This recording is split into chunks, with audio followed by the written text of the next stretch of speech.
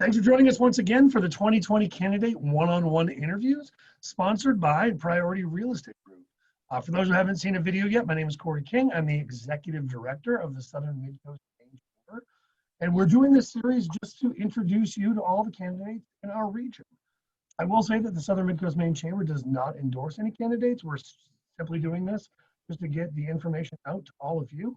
With that, Priority Real Estate Group is the sponsor of this series because they also want you to get this information, but their being tied to this event is not an endorsement either. With all that being said, it's time to introduce our next guest. It is District 51 candidate Joyce J. McCreight. Hello, Jay. How are you? I'm good, thank you. Thank you for doing this and for inviting me to participate. Oh my gosh, thank you for being here and being part of it. Just off the top, I always like to clarify with people because some people don't know what district they're in. District 51, which communities is that? It's all of Harpswell, all of West Bath, and Northeast Brunswick, which is Old Bath Road, Old Brunswick Road, and all the side roads off of that. Okay, well, that's great. So yeah, just a 3-question conversation today. We start out with the easiest one, which is, tell us about yourself. Give us some personal bio. Okay, thanks. Oh, there goes my, oh, I'm sorry. Oh, no, that's fine. No, we've had an interruption on almost every video we've done, so you're good. I don't know why it goes into full klaxon, but it does. Well, my career throughout my working life has been in social work, clinical counseling, and I would describe that as advocacy. Yep. Advocacy with and for people. And I worked always with a focus on children, youth, and families. So I was a Head Start social worker, Head Start homeschool coordinator, home-based coordinator, and then worked in public schools as a home-based coordinator and social worker. And I also worked at Sweetser Children's Services as a family preservation therapist and a crisis unit clinician. So always, I think the overarching theme is advocacy, that helping people find what are your goals and what are the barriers and what do you do to hop over them or work around to where you aim to go to get the life that you would like to have. That's impressive work. You know, that it's work that needs to be done. I know they're constantly looking for people in those fields to help with families and youth. That's wonderful. That's wonderful. So how did you get started in politics? Well, it wasn't something that I had planned. Some people they know that's where they're headed. And for me, it came out of getting involved with other campaigns and other issues. So I was doing some volunteer advocacy up in Augusta and got really inspired by what I was seeing there, the energy, the collegiality, the excitement of being able to make changes. So again, advocacy, when you're working with an individual or family, you're hopefully making a difference, but when you're working on the state level, it's more the macro effects. So you can affect policy that still affects people, of course, but it is a bigger reach. And it's really important to me, and I think to most legislators, that you're representing the values of your district, the values of the state, and your personal values, and finding that cohesion it's important. It's something that means that you are who you say you are. Right. So and that's important, I think, everywhere. I think it's, I don't know, it seems very important down here. I mean, there's a lot of straightforward folks here, people that are just, I am what I am, and that kind of representation, I think, is what our legislators need to be. You've been in the seat before, correct? Yes. Yes, I'm in my third term. Yep. And another inspiration was I helped my predecessor. I volunteered for his campaign and learned. I thought I had learned an awful lot, but then when I get to the legislature, I kept saying my learning curve hurt. because there's so much to learn. And it's so exciting. You meet so many people you wouldn't have met otherwise. Right. You learn about policy. You learn about how to get a bill to get to a committee. You learn how to get it through a committee. You learn about defeat. You learn about success, and really how you can best represent your constituents. I really think that, I mean, legislation is obviously a huge part of what a legislator is working on, but I think the most important is that constituent service. And as a legislator, you can get through the maze with people in a way that I wish was more accessible for everyone. But the truth is, it helps if you know the course through the maze. Right. No, and responsibility to help. Oh, for sure. I've testified just a few times when businesses have asked me to go up, and that first few times, I mean, it's nerve-wracking. You know, you want to make sure there's all this procedure. You want to make sure that you're doing it right, and once you've been in a little bit, it's like, okay, this is fine, this is good, and then you can kind of do that next stage of development, and okay, now how can I be proactive? Yeah. I've done 3 different workshops for different groups around testifying to try to help people. You know, I always encourage people, the first time I went to the State House, I asked, can I go see the chamber? Can I go see the Senate? And the response was, it's your house, which I just love. And that was another inspiration. So I try to encourage people, come up and visit. It doesn't have to be to testify, but it certainly can be to testify. And then when you do want to testify, you're more comfortable. So we went through, you know, I looked at the whole process of how it works, what to expect, how to keep it within 3 minutes, which is what you usually are given. Right.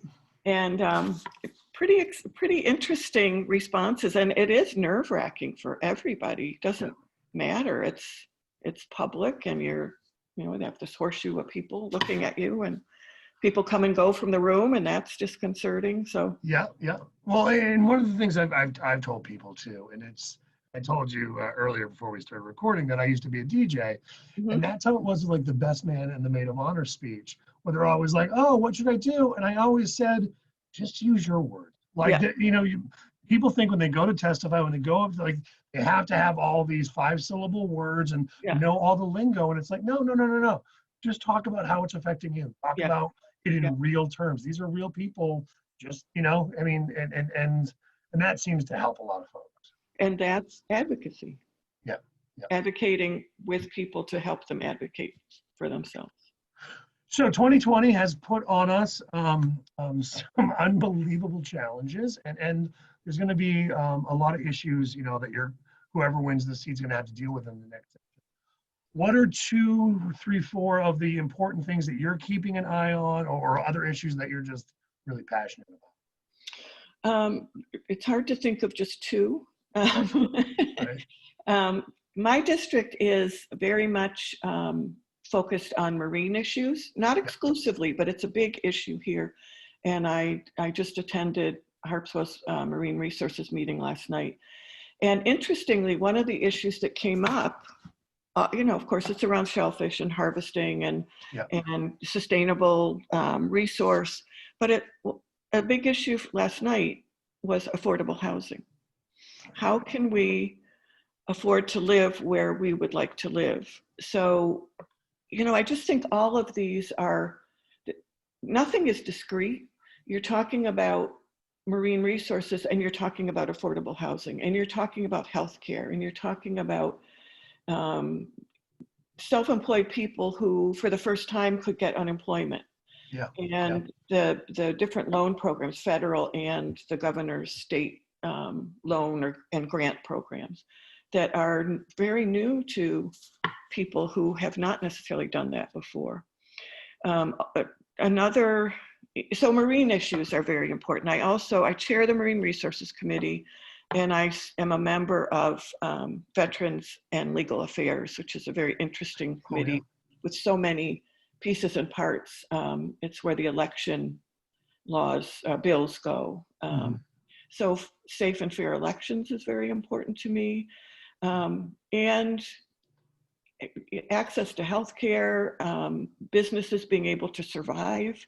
That has been put in high relief with the pandemic. I mean, it was always an issue, but what's happened just overnight, affecting small businesses and large ones, but particularly the small ones that sustain our part of Maine. Right, right. No, absolutely. It's interesting to bring that up. So our chamber, we were going to launch this whole workforce program series this year. And then of course, COVID hits and all these things. But we were looking at it in two buckets. And one bucket was, we called pathways and partnerships, the businesses and the schools and that sort of thing. But then there was this whole other bucket of barrier solutions. And it's just what you're talking about, where workforce has always had more people than they had jobs available. And now they've got more jobs than people. And so for the first time, I think ever, workforce development folks are forced to look at what are the barriers between employers finding good employees and employees finding good employers. And so what are those barriers? They're housing, they're healthcare, transportation. And these all used to be social issues, but now they're genuinely workforce issues, because if someone can't get to work, they can't go to work, and they don't have a place to live in the area. So we're trying to take, and those are programs and things that we're going to reintroduce here, once we get back to a little bit more normalcy. But I know exactly what you're talking about, where it's not always a business or a tax policy that people need to help. Sometimes it's some of these social things. And we have to look at how it all works together.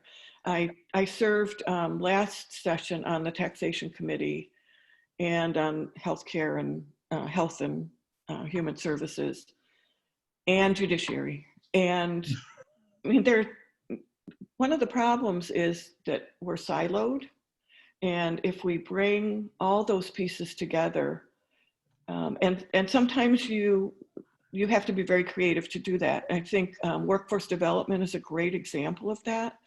There's a healthcare aspect, there's a transportation aspect, there's a taxation aspect, as you said. It's labor, housing, all of it. So state and local government. I mean, it's all involved. I chaired the opioid task force of the legislature, and that siloing issue, it was a 6-month, not a joint standing committee, but the siloing of the different committees, we made recommendations, and I took each recommendation to the committee of reference to make a pitch for good policy and a bill. And everyone was supported, other than prevention of young people and substance use and substance use disorder. But we got that done. It was not because they didn't support it. It was because the hearing wasn't able to happen. So that happened this session. So, but you have to be proactive in getting things before people and looking at the big picture. So that's I think the advocacy skill and listening, and listening to people you're serving and listening to other legislators. Well, and it's also understanding that bandwidth, that there's only so much you can take on and so sometimes you need to bring these issues right in front of people. It's not that they don't want to help. It's not that they're ignoring it. It's just their attention is drawn somewhere else. And sometimes you just need to bring their attention to this and say, hey, help us with this, because it connects this. Yeah, get it on the radar. Yeah. And then you have to be persistent too. Oh. The first time may not get you there. So persistence is when I worked with kids, they would be told they were stubborn, which is, that's a bad word in my mind. So I would reframe, it's persistent. That's a life. It's persistent. Yeah. And persistence is a skill. Absolutely. Awesome, Jay. Well, hey, I'm going to leave it there for now. But if people want to find out more about you, if people want to connect with you, what's the best way for them to do that? Well, certainly calling. It's 449-3293. My Facebook is, my website is I'm thinking too many options. No, it's all good. There's like 12 handles for all these. Yeah, it's www.McCreight4Maine.com. And if you can spell McCreight, you're good. That is McCreight. IGHT. Right. And email is just jmccreight@gmail.com. All right. Well, great. Well, Jay, thank you again so much for joining us. And for those out there watching this video, if you're liking what you're hearing, if you're liking what you're seeing, please share it on your social media. There's a good chance that you also, if you're in this district, you have friends in this district, and they might like to meet Jay as well. Thank Jay, you. Thank you to Priority Real Estate Group for sponsoring the series. And for those out watching these videos, I hope you watch a ton more, and we will see you next time. Thank you so much. Thank you, everybody.